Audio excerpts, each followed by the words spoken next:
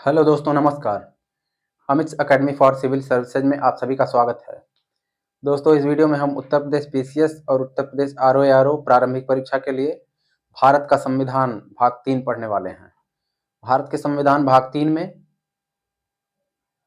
मूल अधिकार दिए हुए हैं। तो चलिए शुरू करते हैं। भारत का संविधान भाग 3 मूल अधिकार, ये अनुच्छेद 12 से लेकर 35 तक।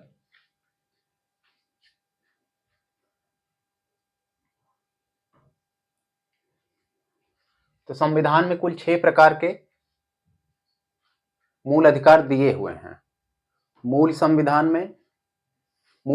में कुल 7 प्रकार के मौलिक अधिकार दिए गए थे, जिसमें बाद में संशोधन करके संपत्ति के अधिकार को मौलिक अधिकार की श्रेणी से हटा दिया गया और अब कुल 6 मौलिक अधिकार हैं। पहला है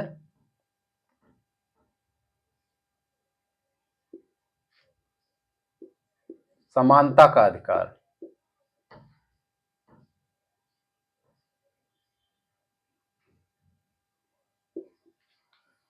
दूसरा है स्वतंत्रता।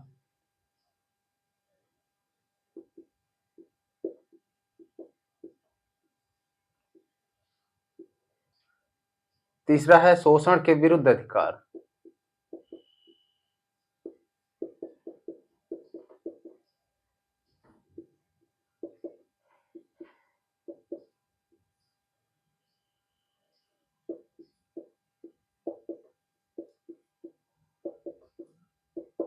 समानता, स्वतंत्रता, शोषण के विरुद्ध अधिकार,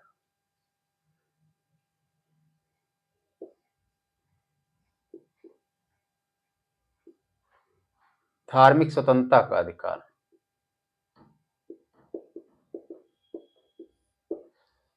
धार्मिक स्वतंत्रता। पांचवा है संस्कृति और शिक्षा।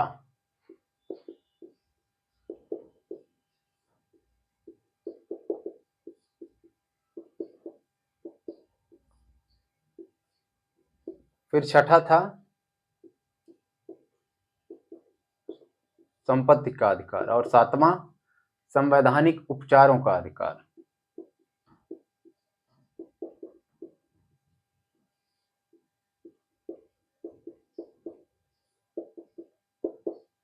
ये कुल 7 अधिकार थे। संपत्ति के अधिकार को 44वें संशोधन द्वारा इसे अब यहां से निकालकर भाग 12 में अनुच्छेद 300 क के तहत इसको एक केवल कानूनी अधिकार बना दिया गया।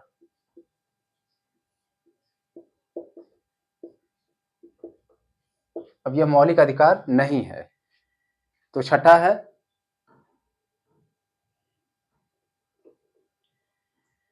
संवैधानिक उपचारों का अधिकार। तो ये 6 अधिकार हो गए। समानता का अधिकार अनुच्छेद 14 से लेकर 18 तक।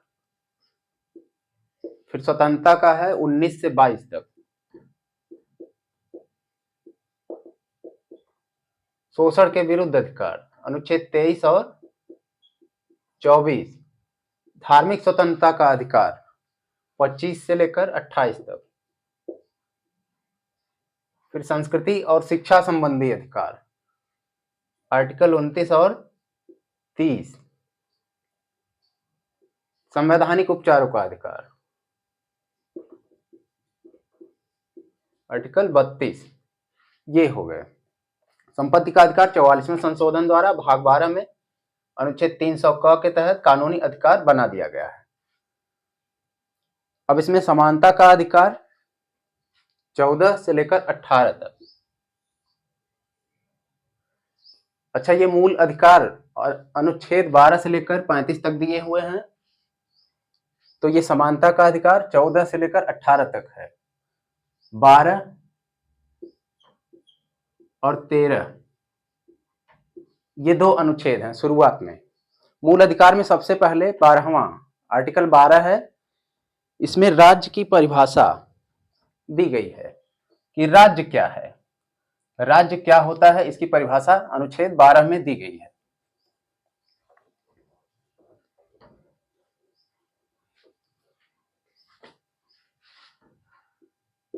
अनुच्छेद 12 इसमें राज्य की परिभाषा है।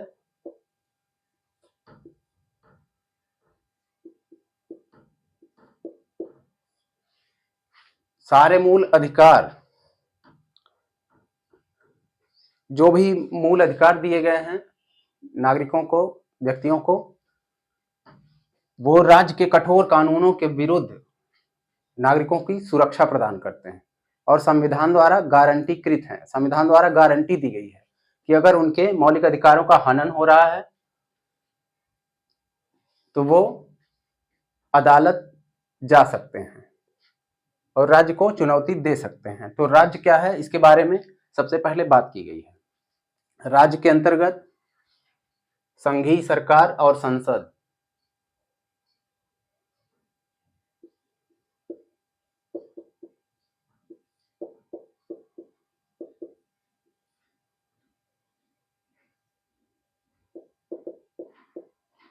राज्य सरकारें और उनके विधानमंडल, राज्य सरकारें और उनके विधानमंडल,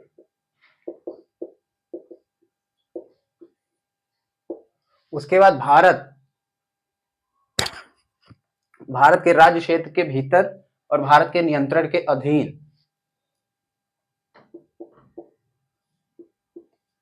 भारत के राज्य क्षेत्र के भीतर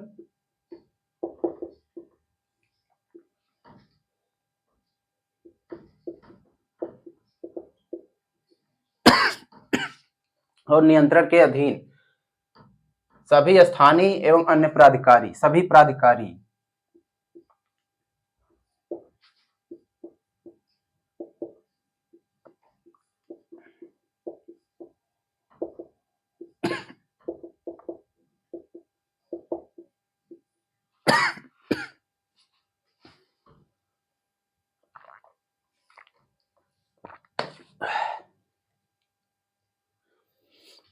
स्थानीय निकाय, नगरपालिकाएं और पंचायतें,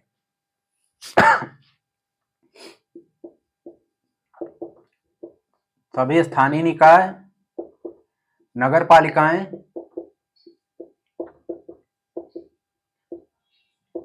पंचायतें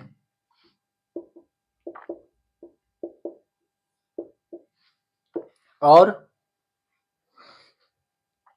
अन्य सभी वैधानिक प्राधिकरण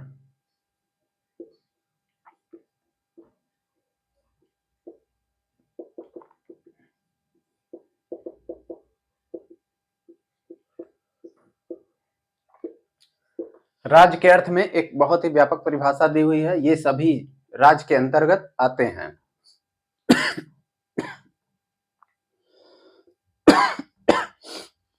फंडामेंटल राइट्स के, मूल अधिकारों के हनन होने पर राज्य की इन इकाइयों को अदालत में चुनौती दी जा सकती है। तो ये राज्य के अंतर्गत आने वाली इकाइयां हैं। अब अनुच्छेद, इसके बाद आता है अनुच्छेद 13।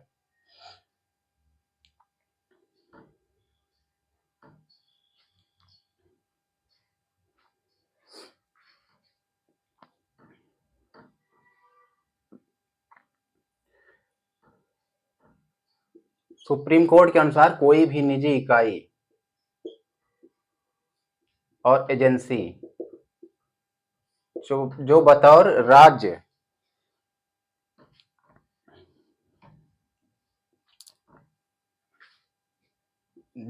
राज्य की संस्था के रूप में कार्य कर रही हो,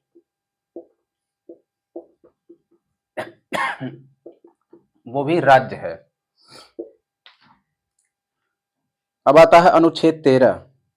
अनुच्छेद 13 में, इसमें जैसे राज्य की परिभाषा दी गई है, तो अनुच्छेद 13 में विधि की परिभाषा दी गई है।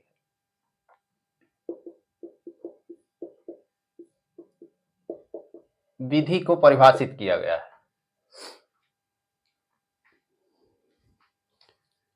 राज्य को चुनौती दी जा सकती है और विधि को भी चुनौती दी जा सकती है। कोई विधि अगर है,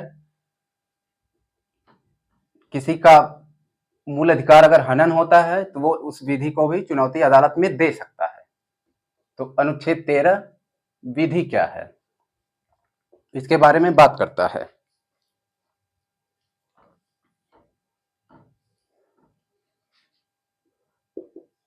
आर्टिकल 13 विधि।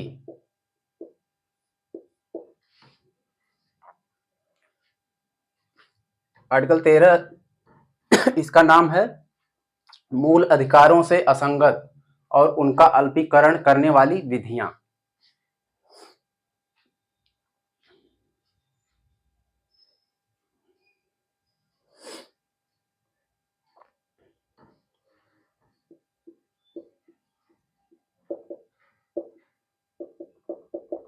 मूल अधिकारों से असंगत और उनका अल्पीकरण करने वाली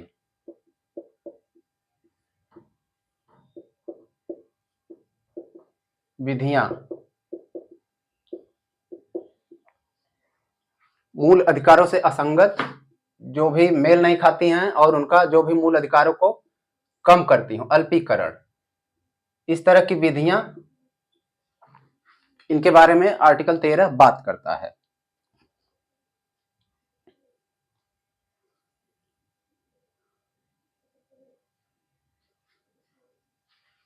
तो इसमें है कि राज्य कोई भी ऐसी विधि नहीं बनाएगा, राज्य कोई भी ऐसी विधि नहीं बनाएगा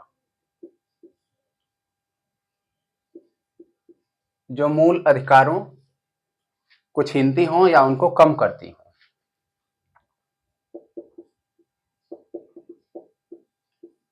छीनती हो या कम करती हो, राज्य ऐसी कोई विधि नहीं बनाएगा,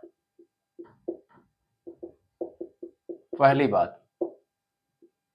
और संविधान के प्रारंभ से पहले कोई प्रवृत्त विधि है, अगर संविधान के प्रारंभ से पहले, प्रारंभ से ठीक पहले कोई प्रवृत्त विधि है,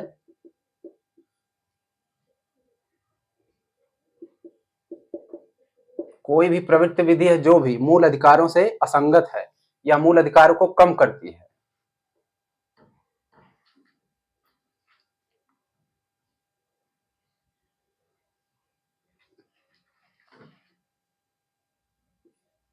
तो यह विधि असंगति की मात्रा तक, जहां तक असंगत है, जहां तक मूल अधिकारों से असंगत है, वहां तक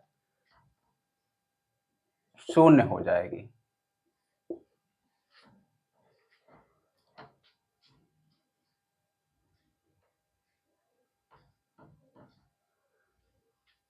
विधि का मतलब है भारत के राज्य क्षेत्र के भीतर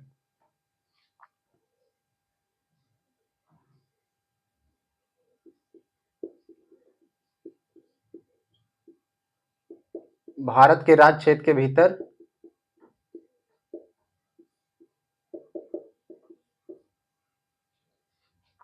विधि का बल रखने वाला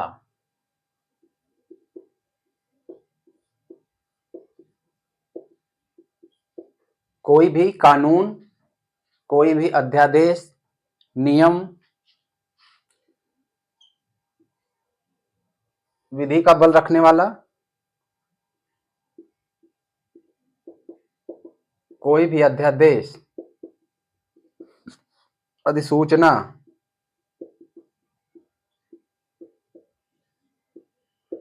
आदेश, नियम,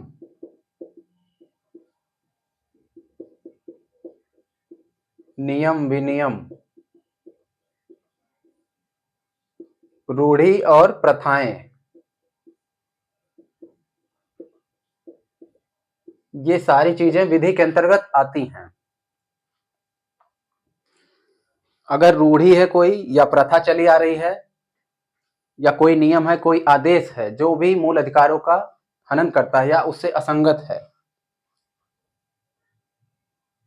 तो वो विधि शून्य होगी। और इन विधियों में आदेश, अधिसूचना, अध्यादेश, रूढ़ि, प्रथा, ये सारी चीजें आती हैं। तो अनुच्छेद 13 हो गया विधि। अब शुरुआत होती है समानता का अधिकार। पहला अधिकार जो है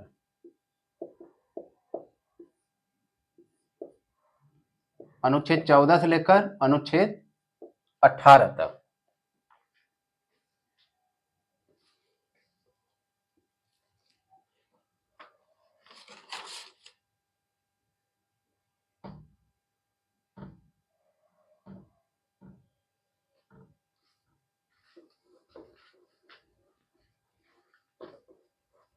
अनुच्छेद 14 है सबसे पहले, विधि के समक्ष समानता और विधियों का समान संरक्षण।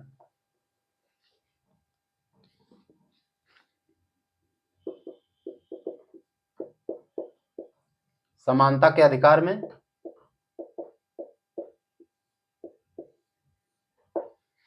विधि के समक्ष समानता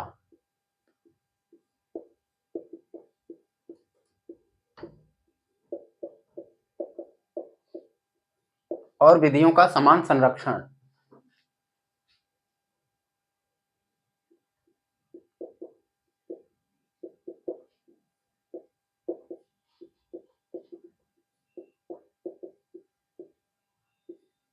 विधि के समक्ष समानता,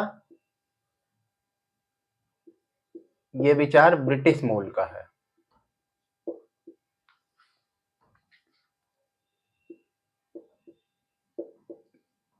डायसी का विचार। और विधियों का समान संरक्षण, यह विचार यूएसए का है, अमेरिका। विधि के समक्ष समानता और विधियों का समान संरक्षण।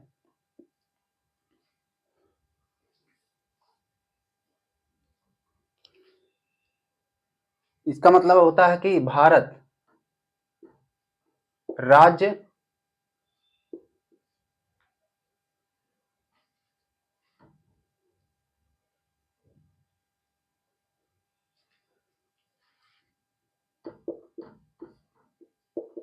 भारत के राज्य क्षेत्र में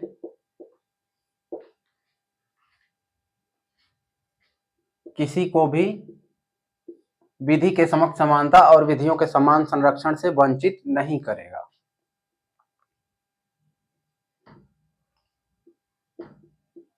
विधि के समक्ष समानता और विधियों का समान संरक्षण से वंचित नहीं करेगा, चाहे वो नागरिक हो या विदेशी।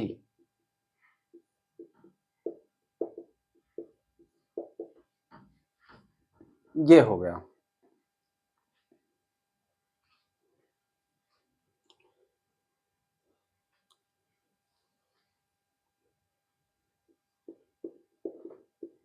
समानता हो गया कि कोई भी व्यक्ति, विधि के समक्ष समानता मतलब होता है कोई भी व्यक्ति कानून के ऊपर नहीं है।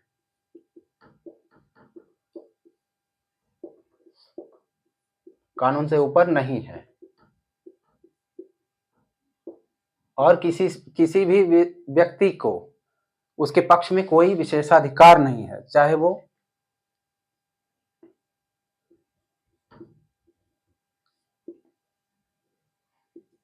विधि के समक्ष किसी व्यक्ति के पास पक्ष में कोई विशेषाधिकार नहीं है।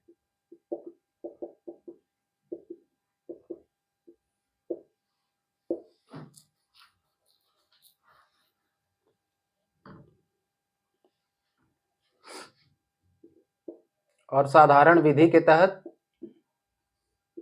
सभी व्यक्तियों के साथ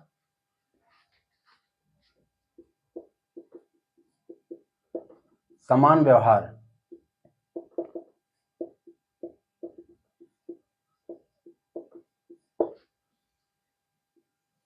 विधि के समक्ष समानता और विधियों का समान संरक्षण होता है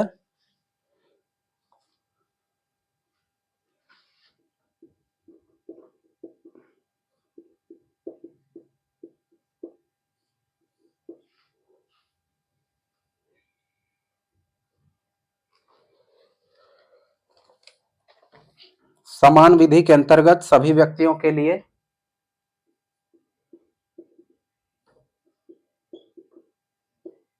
समान विधि के अंतर्गत सभी व्यक्तियों के लिए समान नियम।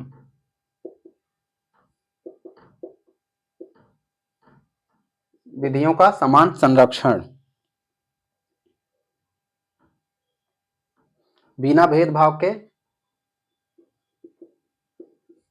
भेदभाव समान के साथ समान व्यवहार।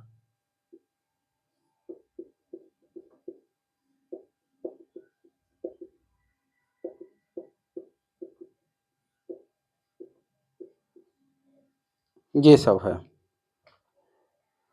विधियों द्वारा प्रदत्त विशेषाधिकार और दायित्वों में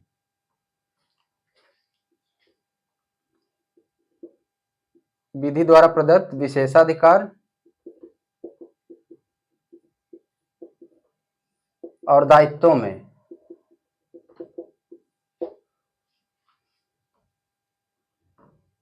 समान परिस्थितियों में समान व्यवहार।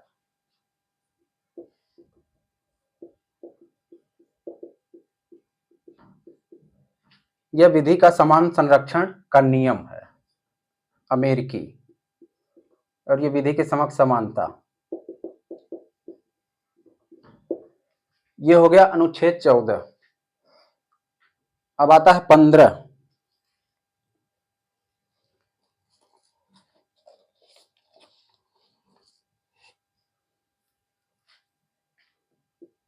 समानता का अधिकार में विधि के समक्ष समानता में इसको कहा जाता है कि यह पूर्ण नियम नहीं है, इसके कुछ अपवाद होते हैं। जैसे हमारे देश में राष्ट्रपति, राज्यपाल, संसद सदस्यों, विधानमंडल के सदस्यों आदि को बहुत सारे विशेषाधिकार और उन्मुक्तियां मिले हुए हैं, तो वो इनके अपवाद हैं।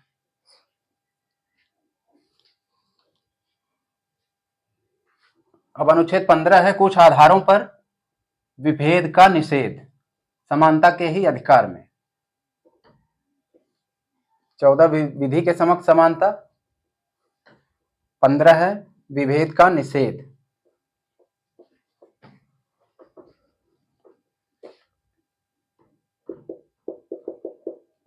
कुछ आधारों पर विभेद का निषेध।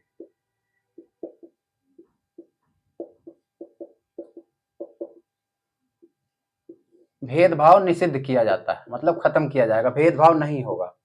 ये संविधान का आर्टिकल ये 15 कह रहा है। कुछ आधारों पर, कौन कौन से आधार हैं?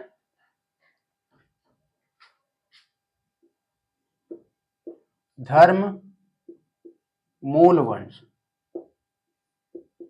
जाति, लिंग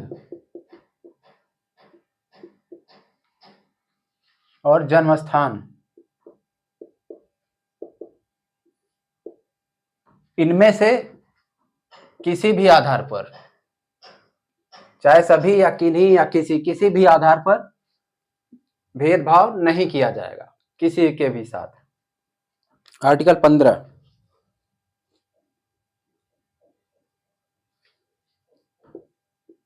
राज्य किसी नागरिक के साथ इन अधिकारों पर या इनमें से किसी आधार पर भेदभाव नहीं करेगा, विभेद नहीं करेगा।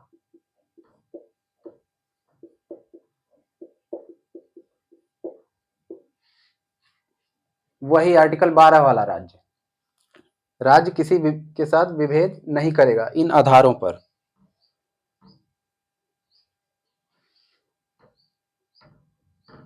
और किसी नागरिक के लिए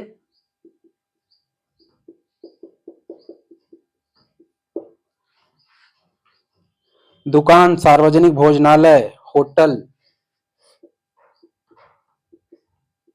दुकानों, सार्वजनिक भोजनालयों,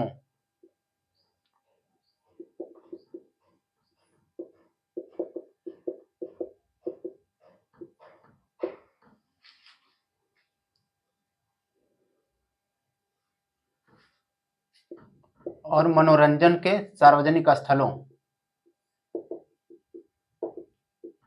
किसी आधार पर कोई विभेद नहीं होगा और ये सभी स्थल सभी के लिए इनका प्रवेश खुला रहेगा।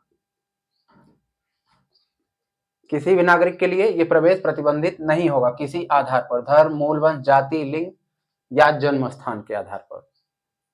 दुकान, सार्वजनिक भोजनालय, मनोरंजन के और भी बहुत सारे स्थान।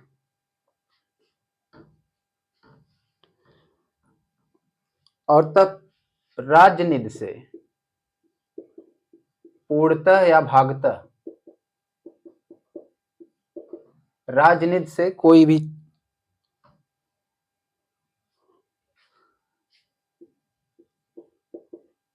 सामान्य जनता के प्रयोग के लिए बनाई गई कोई भी चीज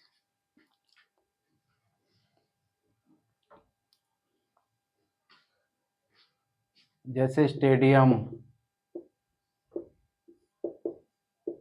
कुआं, तालाब,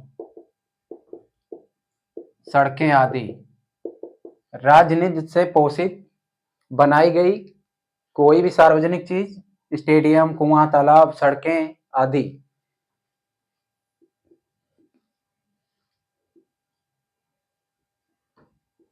ये सभी के लिए खुले रहेंगे,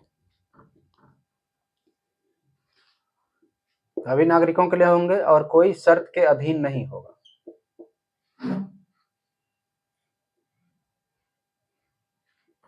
कुआं, तालाब, सड़कें आदि किसी शर्त के अधीन नहीं होगा, कोई भेदभाव नहीं किया जाएगा, सभी के प्रयोग के लिए होगा। अब आता है अनुच्छेद 16। अच्छा, ये विभेद का निषेध, इसके भी कुछ अपवाद हैं कि इस तरह से विभेद नहीं किया जाएगा, लेकिन राज्य अगर चाहे तो महिलाओं के लिए, बच्चों के लिए, पिछड़े वर्गों के लिए और दलितों के लिए, अनुसूचित जातियों, जनजातियों के लिए उनके पक्ष में कुछ विशेष नियम, कुछ सुविधाएं, भेदभाव, कुछ विशेष नियम बना सकते हैं और इसे भेदभाव नहीं माना जाएगा।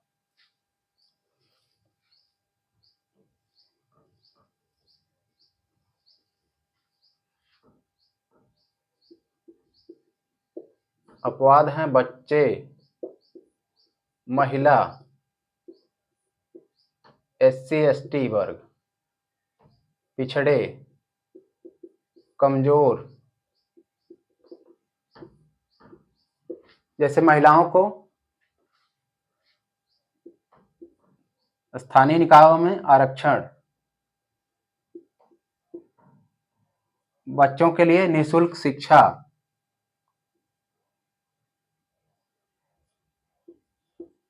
ये सब व्यवस्था आदि राज्य कर सकता है। अब अनुच्छेद 16 में है लोक नियोजन के विषय में अवसर की समानता। लोक नियोजन के विषय में अवसर की समानता, सभी को सार्वजनिक नियोजन में सभी के लिए समान अवसर होंगे।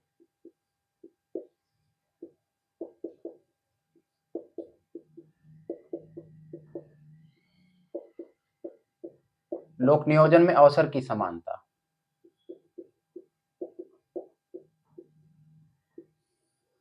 ये हो गया 16।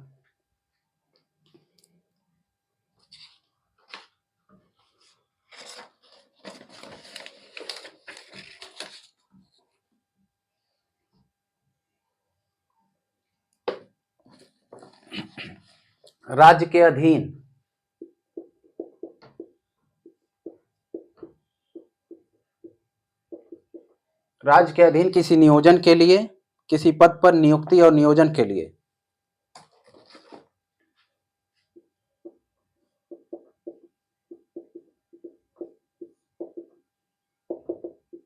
सभी नागरिकों को समान अधिकार, समान अवसर होंगे। सभी को अवसर की समानता होगी।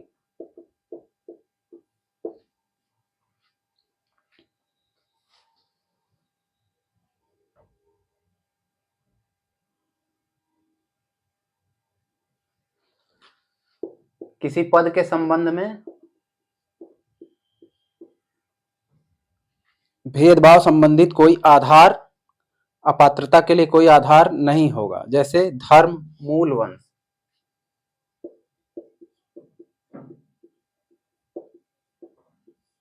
जाति, लिंग,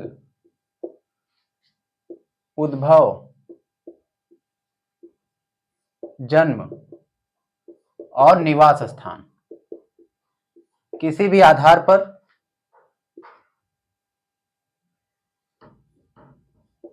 कोई शर्त का बंधन नहीं होगा, सभी के लिए अवसर की समानता होगी। किसी राज्य के अधीन किसी पद पर नियुक्ति और नियोजन के लिए, किसी पद पर नियुक्ति के लिए किसी को कोई धर्म, मूल वंश, जाति, लिंग, उद्भव, जन्मस्थान और निवास से संबंधित कोई भी निर्योग्यता लागू नहीं की जाएगी।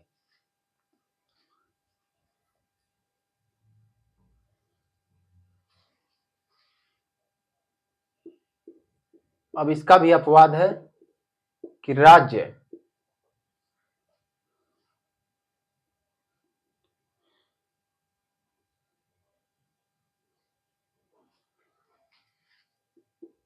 आरक्षण की व्यवस्था कर सकता है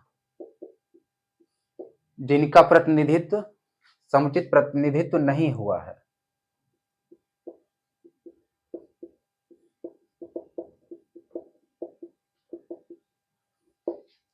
आरक्षण की व्यवस्था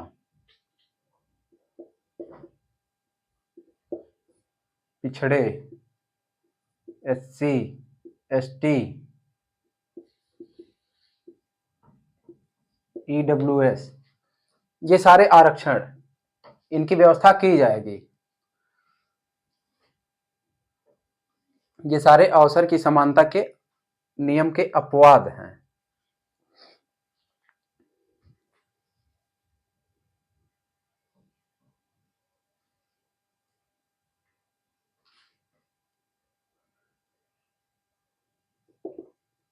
अब आता है अनुच्छेद 17वां, अस्पृश्यता का अंत। ये कहता है कि अस्पृश्यता का अंत किया जाता है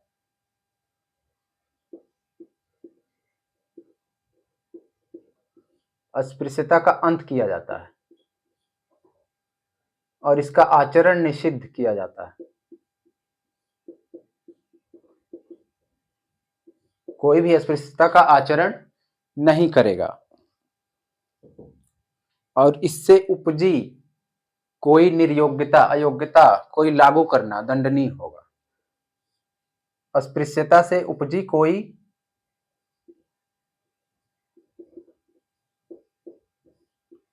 अयोग्यता को लागू करना दंडनीय अपराध है।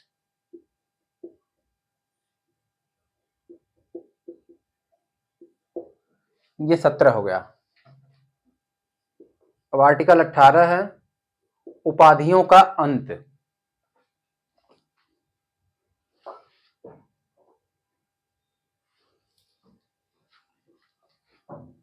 सत्रह अस्पृश्यता का अंत और 18 उपाधियों का अंत।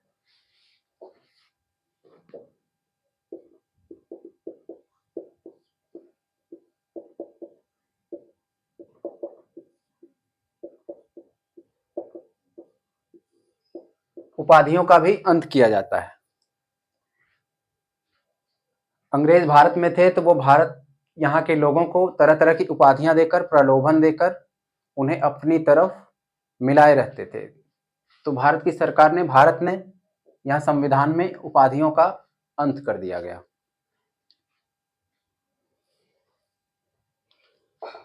ये कहता है कि राज्य, सेना और विद्या, इसके अलावा कोई उपाधि नहीं देगा।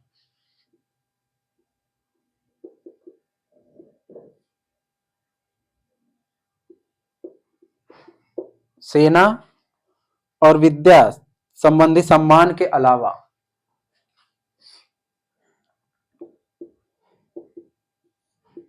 ये सम्मान है, उपाधि नहीं। सेना और विद्या संबंधी सम्मान के अलावा राज्य कोई उपाधि नहीं देगा, कोई भी उपाधि नहीं देगा। और कोई भी भारत का नागरिक,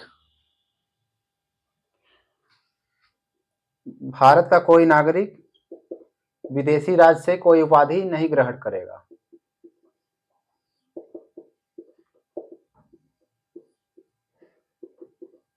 उपाधि नहीं ग्रहण करेगा। और जो भारत का नागरिक नहीं है, जो व्यक्ति भारत का नागरिक नहीं है,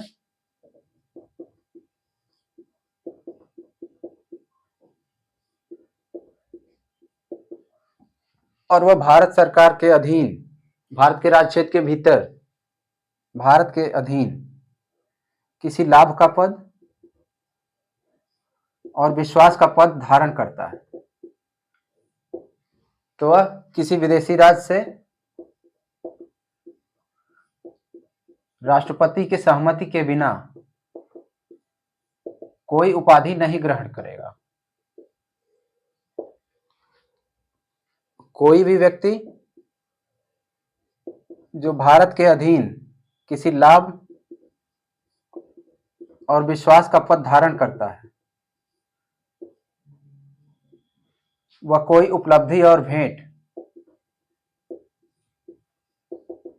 किसी विदेशी राज्य से राष्ट्रपति की सहमति के बिना ग्रहण नहीं करेगा। यह हो गया उपाधियों का अंत में। अनुच्छेद 14 से लेकर 18 तक इसमें हमने पढ़ा समानता का अधिकार। 12 में हमने पढ़ा राज्य की परिभाषा। 13 में हमने पढ़ा विधि क्या है। राज्य कोई ऐसी विधि नहीं बनाएगा जो फंडामेंटल राइट्स को कम करता हो या उनको छीनता हो। और ये 14 से 18 तक हो गए समानता के अधिकार। अगला है 19 वाक स्वातंत्र आदि अधिकार।